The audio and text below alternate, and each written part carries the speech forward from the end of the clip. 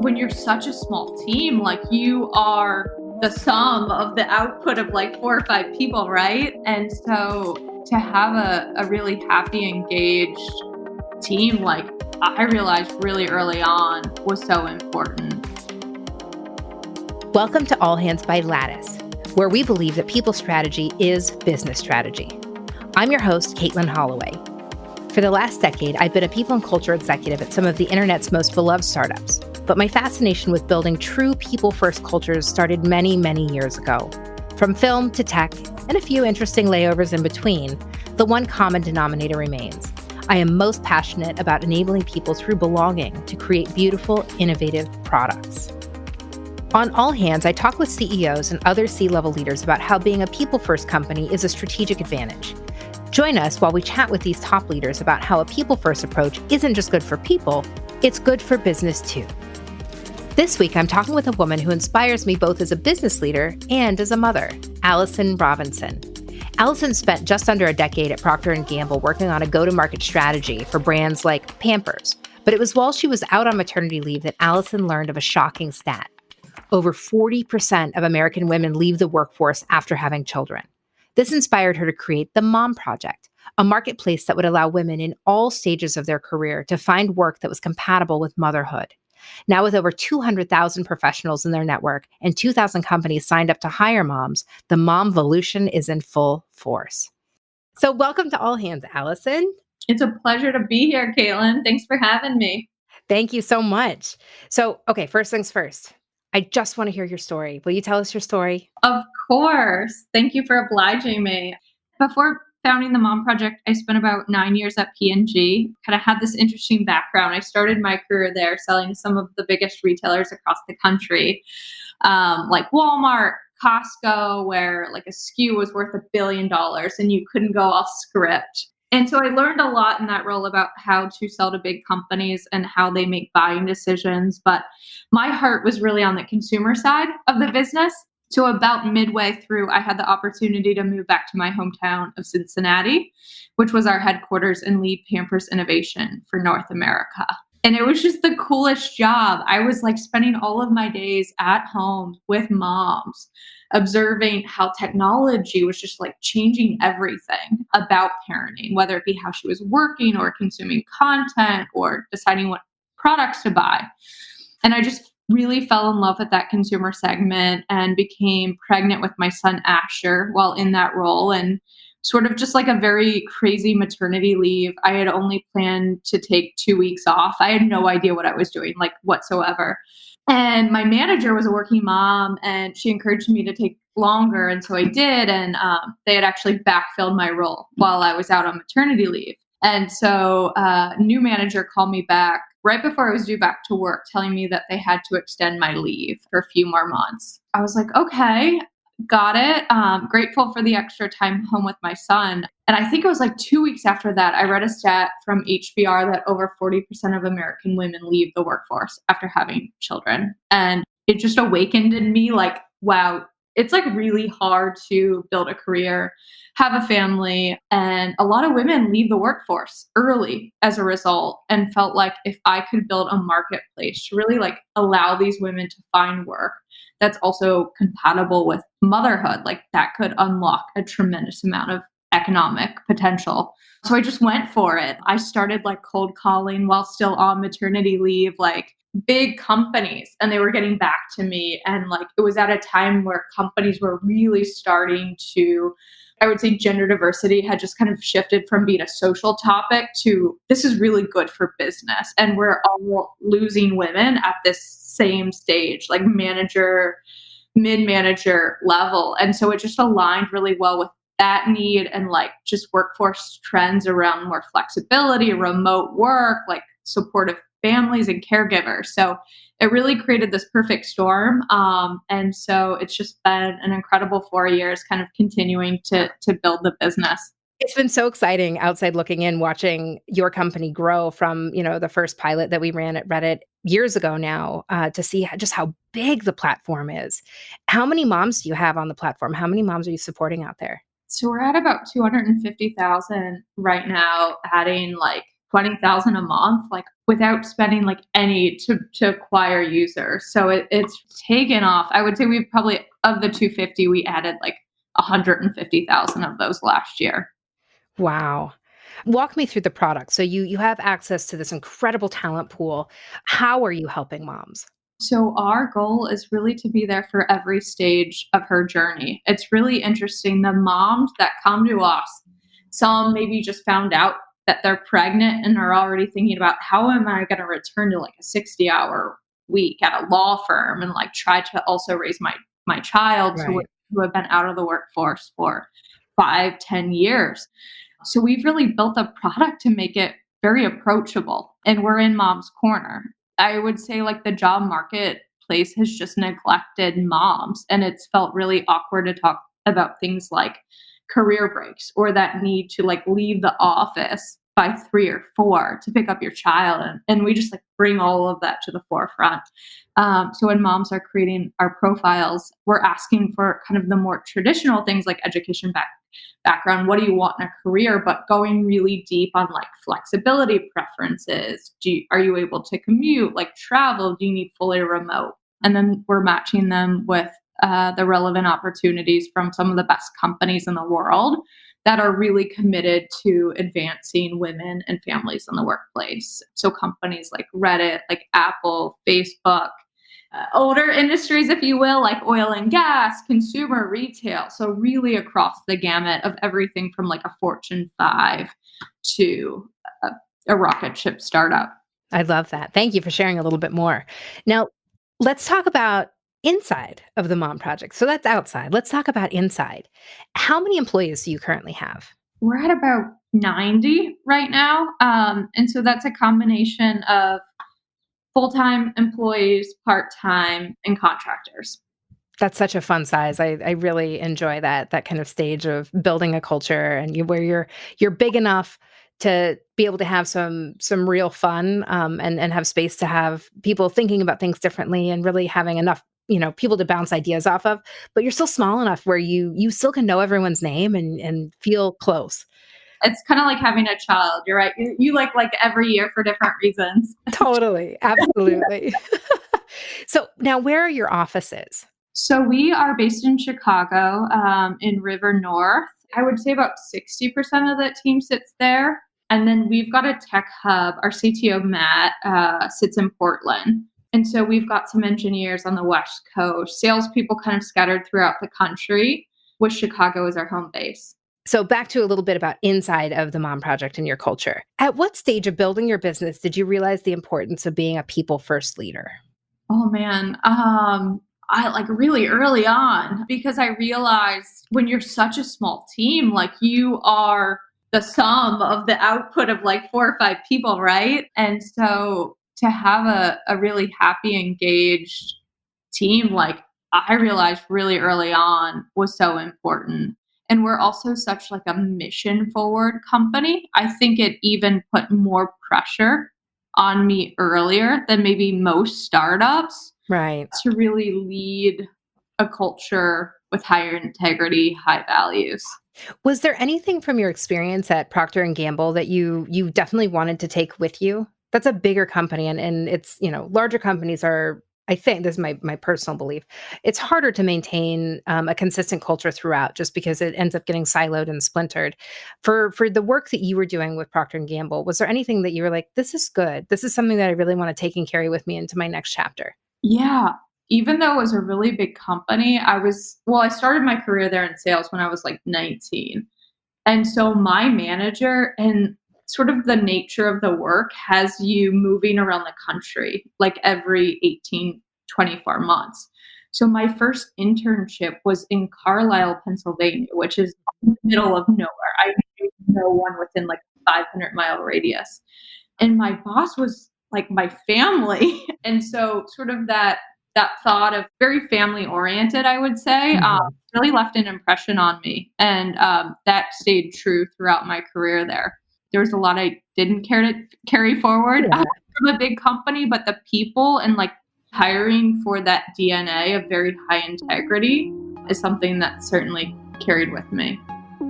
This is a prime example of why being a people first leader matters. The relationships we build become a very important part of our network as we develop. Great leaders can have an incredible impact on the next generation of leaders.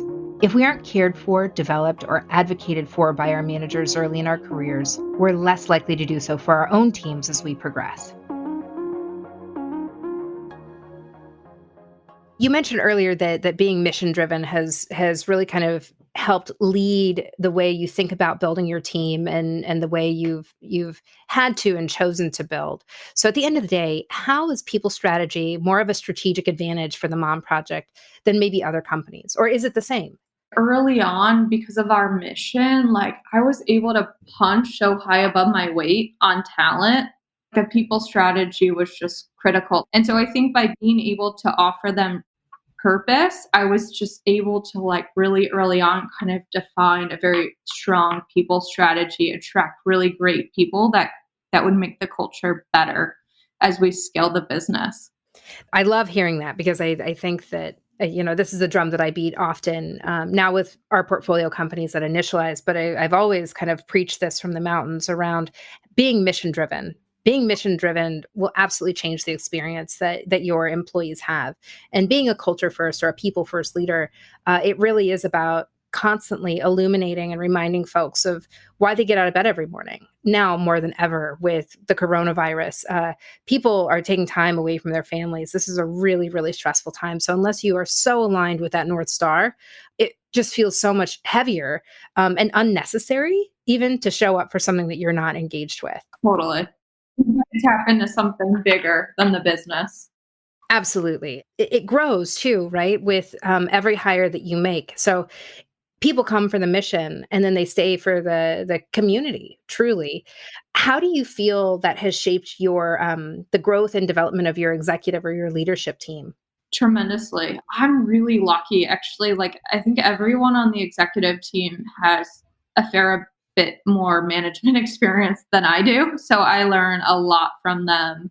Matt, our CTO, like, I have to singularly call him out. And so it's taught me a lot about building an employee centric culture. He could write a book. He is much more of an expert than I am. So I've learned a tremendous amount from him. Colleen, who you know, who leads community, managed like a multi-hundred person team at Yelp. So I'm a sponge. I soak it up. Like actually at P&G, I didn't have a lot of direct management experience. I had like P&L responsibility. So I have just been like trying to continually up level myself throughout every stage of the business and just like trying to learn as quickly as I can to keep pace. It sounds like you subscribe to the old adage that you don't want to be the smartest person in the room. So as the leader of the company, you're sitting there and you show up and you and your own personal development and your career development, even though you sit technically at the top of that pyramid, you feel surrounded by people that you can learn from. I really do. And again, credit to Initialize, who I think has encouraged with our founders to really like invest in yourself and your team. We actually just kicked off Torch training for new managers. Nice. That just kicked off this week, which the executive team will soon partake in. It's so important. And I early on brought on a head of people, seeing like it would be better to kind of be ahead of the curve on that hire than behind it. And so I have such an incredible head of people. She's actually a former lawyer too. She's a total badass. She also chases like our delinquent clients in her spare time when she's not helping the team. That's awesome. It's so funny. That was my next question. I was going to say, do you have a head of people? And when did you bring them on? So what stage of the game did you hire her? Hired her at about 50. And we, try to really live the mission every day. Like a lot of our hires come through the Mom Project platform. They're rock stars. So she was actually moonlighting with the Mom Project as like people ops, super part-time, and was doing just like a great job and was at a place in her career. She was ready to sunset her legal day job and was so passionate. And she was just like so impressed by the executive team and like the culture that we were building. She really wanted to be part of it. And so she totally took a new path with us and took a huge leap of faith, and so grateful for her. That's such a funny fringe benefit. I was going to ask about that at some point as well. Is do you skim off the top and take the cream of the crop for yourself? Of course. Yeah. Tell me about how you partner with her. What does that look like in your routine? I know that obviously things are a little bit off kilter right now because of the pandemic, just a casual pandemic that's happening. Um, but talk to me about the ways in which you partner. What is the core of the work that you do together? She's great. So when she came in full time, she really kicked off a listening session. She sat down with every member of the team to really understand at every level and department within the organization what was going really well, what wasn't going well. And so she has really just been an incredible partner to me. Like I'm still trying to meet with every member of the team, but as the team scales, it gets harder. And she's doing that like every day and bubbling up to me what the challenges are. We talk about like what benefits are we not offering that the team really wants that will make us a better workplace, etc. So she just has this really elegant approach to like being the voice of the employee. So when she and I sit down, we make decisions. We talk about what the benefits will look like, what are major people initiatives for the year. Prior to COVID, it was recruiting. We were really kind of getting our house in order. We didn't have an ATS. We didn't really have anyone fully dedicated to internal recruiting. We were launching kind of a more sophisticated performance management tool, et cetera. So we had a lot of kind of ground laying that we were working on prior to COVID. Yes, I do know. I know very, very well. And, despite not being an operator anymore, watching the way the HR community has stepped up during this crisis has just been absolutely mind-boggling. It's amazing. Sometimes it takes moments like this, moments where really serious and really scary things are happening to show you where your priorities should be. This is something that a lot of CEOs and companies are navigating right now. And to be frank, the companies I've had to coach and counsel the most have been the ones who have neglected or put off having the strategic people partner. I think it's really discouraging how easy it is to lose sight of your values when your back is up against a wall. And at this moment in time, it happens to be the entire globe. Every single leader is faced with making really hard decisions, whether they are having to lay off part of their staff or have been thrust into like overnight boom that they weren't planning on because they happen to be in the right sector at the right time. But for you at the Mom Project, how has your true culture really revealed itself over the last few months? It's been like a challenging time for everyone. We have a research arm of our business, which Pam leads. It's called Work Labs. And she has actually sort of codified the elements of what we call the employee experience. And she's now created a unique bucket, which is called the socio-emotional. And the toll is real. 52% of our team are moms, 70% are parents. And so it's just been more important than ever for us to show up to our team every day and instill confidence in this business, the importance of our work, the trajectory of this company, and instilling confidence that we will manage through the future uncertainty and this business will be better for it in the long term. But it has to be really thoughtful. The language that we use, the timing of communication, like it's so important. Everyone is dealing with so much right now. It's a time when leaders really have to like show up and lead. I really do hope that one thing that we take out of this, dark experience is focusing on the importance of how we support one another and the flexibility of work. And I think that this is where the Mom Project can really step up and fill that gap. You all have been beating this drum for years now at this point.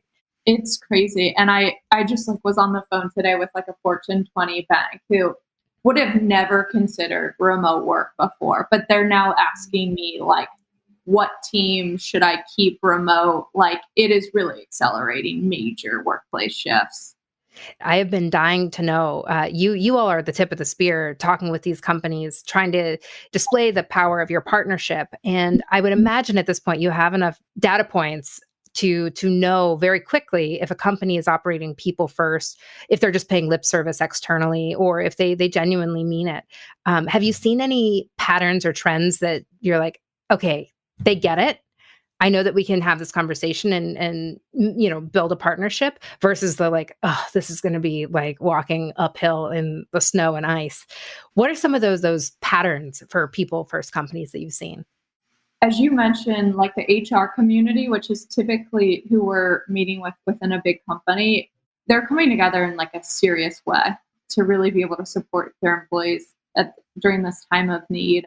They're kind of welcoming us into their companies with open arms. You'll appreciate that many companies have like ERGs, employee resource groups, and they don't know what content. So the Mom Project is actually presenting to these ERGs virtually on what they can be doing as managers or employees to kind of keep productivity high while employees are at home and just managing through all of this uncertainty.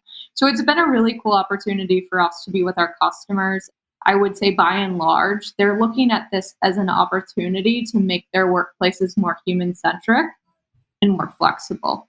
I'm so happy that you all are showing up with resources and partnering with ERGs. I think that's a really powerful thing. It is one of those silver lining opportunities where you can show up ready and waiting. Yeah, we love it. And on the policy and kind of flexibility, we're also helping them understand like how they can embed flexible into like the future. So things don't kind of go back to status quo post-COVID. I love that. I love that so much. Okay. I'm going to hit you with rapid fire questions. I want you to try to answer them as quickly as possible. Don't overthink it at all. Are you ready? Yep. Okay. Is a hot dog a sandwich? Zoom or phone call? Zoom. When was the last time you were alone? 3 days ago. That's pretty good. That's my favorite mom question right now. Okay, that was just the warm-up. These last ones won't be as easy. And think about your company culture. Is it a family or a sports team? Sports team. What is your favorite interview question and why? What was your first job? I can tell by how scrappy you were if you're going to be a good fit for building. I love that. I love that. What was your first job? I was working in the family real estate business at like 7. Just filing papers. Whatever my dad would let me do. The scrappiest 7-year-old you've ever met. So my favorite interview question is, when was the last time you wanted something so badly it hurt? Ooh. How honest do you want me to be? I want the most real answer you can give me. That fundraise. Come on, Katelin. I wanted that money really bad. I don't think it's wrong for someone to want to be successful because you are banking not only on yourself, this is money that you need to continue to do what you love and you're most passionate about, which is giving mothers and other people an opportunity that they wouldn't otherwise have. I think that wanting your company to be successful and money is that resource, is the fuel that you need. You should not be ashamed of that answer. I like it very much. Thank you. So I really can't thank you enough for chatting with me today. I'm so looking forward to partnering with you and the Mom Project team more in the future. Last question. When the dust settles and things find their rhythm again out there in the real world, what is the one thing you want to be sure we address as employers or that we carry over into the new normal, whatever we're calling it now? I think COVID has really shown all of us that there's a lot of life that happens outside of work. And so let's remember that whenever some of us go back to our offices and how important that is. This was amazing. I'm so glad to have heard your story. And I'm even more excited to be able to share your story and the Mom Project with our listeners. So thank you so much, Allison. You're the best. Thank you so much. And to you, the listener, thank you so much for joining me on this week's episode of All Hands, brought to you by Lattice. I'm your host, Katelin Holloway. This episode was produced by Pod People, Rachel King, Eliza Lambert, and Samantha Gatzik. Special thanks to Annette Cardwell. Learn more about how Lattice can help your business stay people-focused at lattice.com or find us on Twitter at LatticeHQ. Don't forget to subscribe to All Hands wherever you get your podcasts. Join us next time.